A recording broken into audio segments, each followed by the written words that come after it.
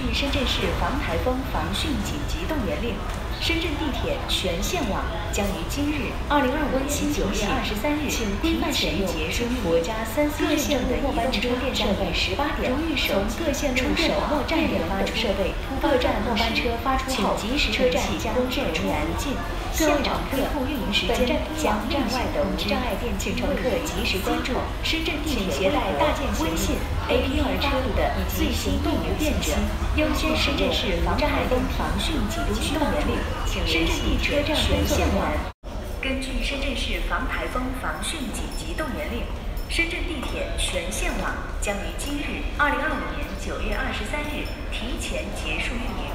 各线路末班车将于18点从各线路首末站点发出，各站末班车发出后，车站将只出不进，线网恢复运营时间将另行通知，请乘客及时关注深圳地铁微博、微信 APP 发布的最新运营信息。